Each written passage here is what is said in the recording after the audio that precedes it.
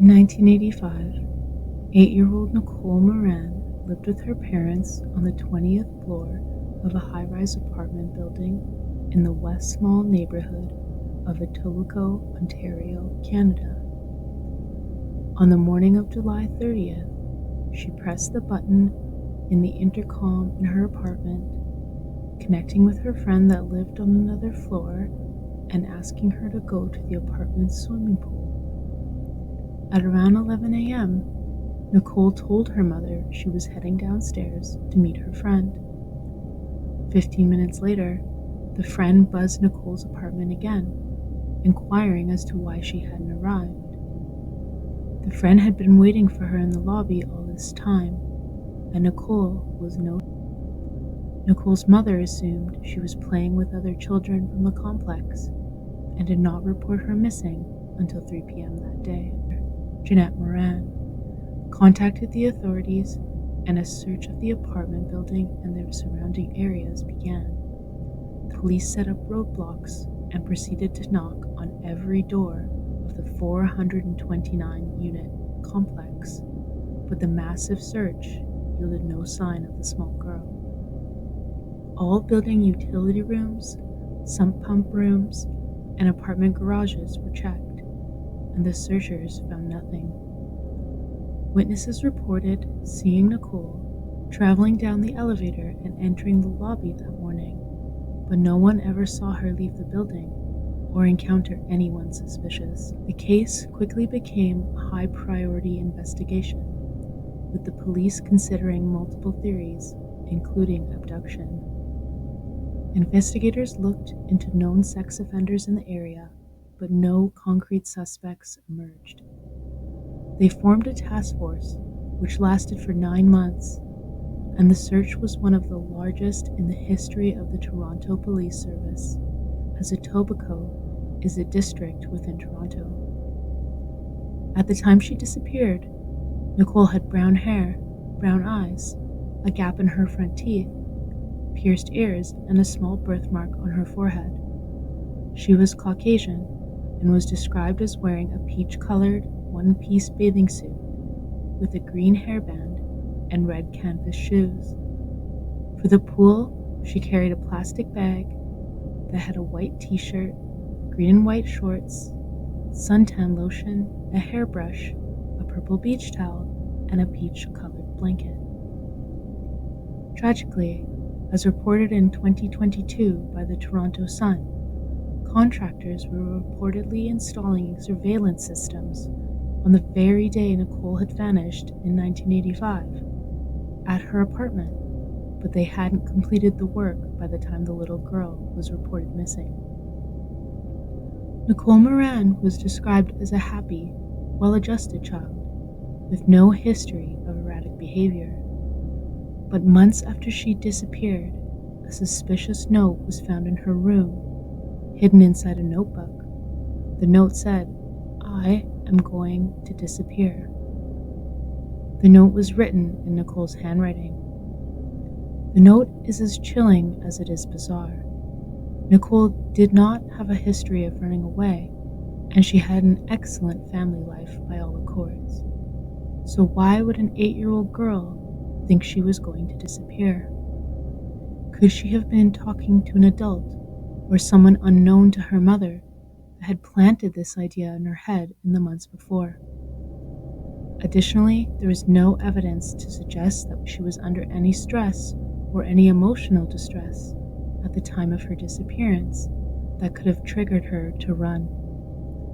The note opens up so many possibilities, the least of which being that Nicole may have actually voluntarily disappeared. The note makes it impossible to exclude this possibility, although it remains highly improbable given her young age and lack of resources that she left willingly. Over the years, police have received hundreds of tips, some suggesting Nicole had been abducted and possibly taken out of the country, but none have led to a breakthrough in the case. Toronto police continue to launch fresh appeals, even releasing an age-progressed image of what Nicole might look like as an adult. They also introduced a dedicated task force to re-examine evidence and interview new witnesses. But despite these renewed efforts, no significant leads have surfaced. Nicole's case remains chillingly unresolved, with investigators still treating it as a possible abduction. Her disappearance continues to be one of the most baffling cases in Canadian history. How could a small child, without yelling or screaming, be abducted in broad daylight around noon in a busy apartment complex lobby? Regrettably, the situation regarding the cameras means that this key question remains hauntingly unanswered. Nicole was last seen in the West Mall apartment complex elevator, and unfortunately for investigators, the scene was incredibly fluid.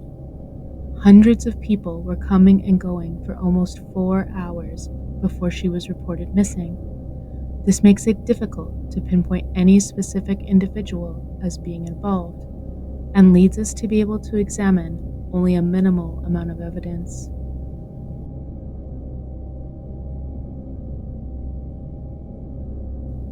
Just before 11 a.m., Nicole's friend buzzes her apartment asking her to come down, and Nicole tells her mother she's on her way and leaves the apartment. Between 11:05 and 11:15, she is seen in the elevator by witnesses. No forensic clues like fingerprints, footprints, or blood directly related to her disappearance were ever uncovered. There is no suspect description available, and the police cleared all family members and known acquaintances. Months after her disappearance, the mysterious note was discovered. It was confirmed by the police to be in Nicole's handwriting. Nicole's disappearance is perplexing. She disappeared in front of what seems like dozens, possibly hundreds of witnesses, but no one saw a single thing. No one could even name anyone in the lobby that was acting suspicious, and as such, no description of any suspect was able to be made. Theory number 1. The note indicates a voluntary disappearance. The note found in Nicole's room is both confusing and haunting. Why would an 8-year-old plan to disappear? And even if she did organize her own disappearance, it is highly unlikely she would do it while dressed only in a bathing suit, taking no money, no clothes, and no backpack with her. Why would she also call a friend to meet her downstairs if she didn't want anyone to see her leave? There are just so many questions surrounding the theory of a voluntary disappearance, and none of the answers to these questions make any sense at all. Again, Nicole was a child. She had no access to money, food, transportation, or shelter in order to facilitate a new life. As such, the theory remains unlikely. Theory number 2. An organized child abduction. Investigators considered several possibilities, including the involvement of known sex offenders in the area that may have been watching Nicole's building and took the opportunity to abduct her. However, no concrete suspects were identified from the sex offenders that were interviewed. But given the lack of security cameras in the building at the time, an abductor could have easily taken her without being detected. The case has also drawn comparisons to other missing children from the 1980s, raising concerns about the presence of an organized child abduction ring.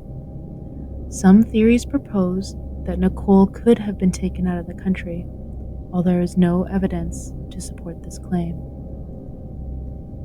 Theory number 3. A crime of opportunity.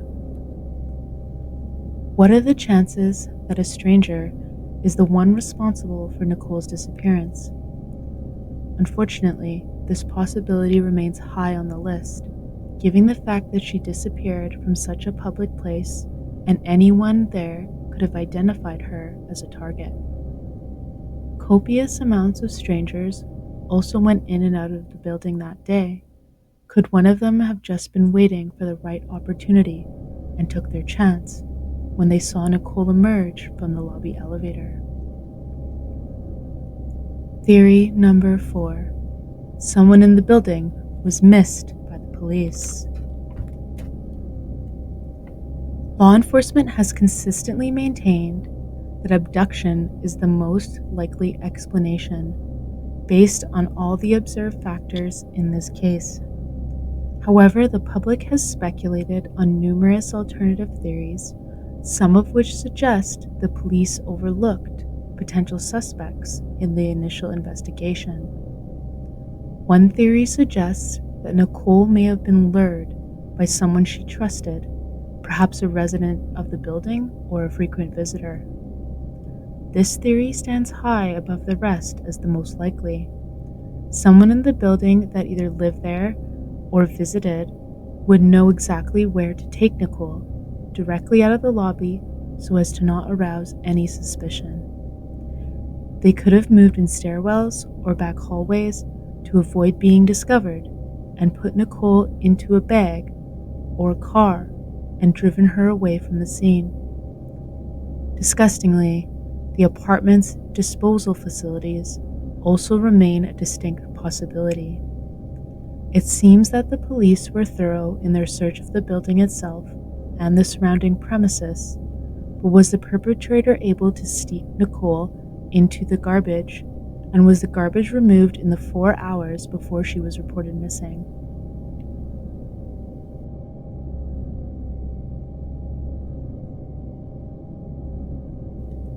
There is no way Nicole could have vanished on her own. All she had with her were her supplies for the pool, like sunscreen and flip-flops. She could not have wandered far and survived on her own. She was too young and had no resources. Someone knows who took Nicole, and that someone is more than likely still out there. Nicole's disappearance had a profound impact on child safety awareness in Canada. At the time of her disappearance in the 1980s, missing children's cases were often treated with less urgency than they are today. Her case, along with several high-profile disappearances, helped spur changes in how law enforcement handles missing children reports. The case has been featured in various true crime documentaries, podcasts, and news articles, keeping it in the public eye even 40 years on. Nicole's disappearance also contributed to discussions about the importance of security measures in apartment buildings and led many buildings to install surveillance cameras and security systems. In the 40 years since she vanished, there have been occasional reports and supposed sightings of Nicole, but none have been substantiated. There's even a theory that Nicole ended up living out most of her life after a voluntary disappearance, but again, this remains highly improbable. Another extremely sad theory is that she unfortunately died right after she disappeared, and she is now a Jane Doe, lying in an unknown grave in another part of the country.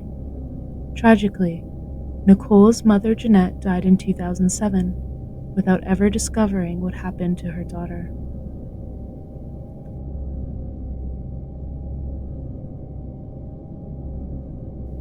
In 2001, Crime Stoppers released an age-progressed photo of Nicole as to what she would look like in her mid-20s, sent to all Crime Stoppers branches in 17 countries in case someone had tried to smuggle Nicole out of Canada.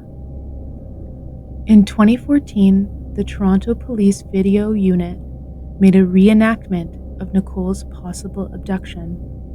It was widely screened through the province of Ontario in the hopes that it would jog someone's memory from that day in 1985. In 2019, another age-progressed photo of Nicole was released to the public to help stir up leads. The photo suggested what Nicole would look like now, in her early 40s. In 2022, police conducted a dig at an undisclosed location north of Toronto, where they thought Nicole might be buried. This dig had been based on a tip they had received all the way back in 2014. They did not find Nicole, but it is understood that they unearthed some clues that may pinpoint to her tragic fate. Authorities continue to appeal for information, believing that someone in the community may hold the key to solving the case. Someone occupying the apartment complex at the time, or someone who knows the people that live there, may have the answer to this mystery. The case remains open, and police continue to treat it as an abduction. By keeping Nicole's case alive, even after almost 40 years has passed, we, the public, still have the chance to give her family the justice they deserve. Her case is complex, but someone alive today has the ability to solve it. We must stay persistent and get justice for this little girl. Thank you for watching. If you have any information on where Nicole Morin might be, please contact the Toronto Police Service's Missing Persons Unit at 416-808-7411. May answers in peace find Nicole Morin's family. If you like the content, please like and subscribe, and this episode is also available as a podcast on Spotify. Cheers, stay safe, and always watch your back.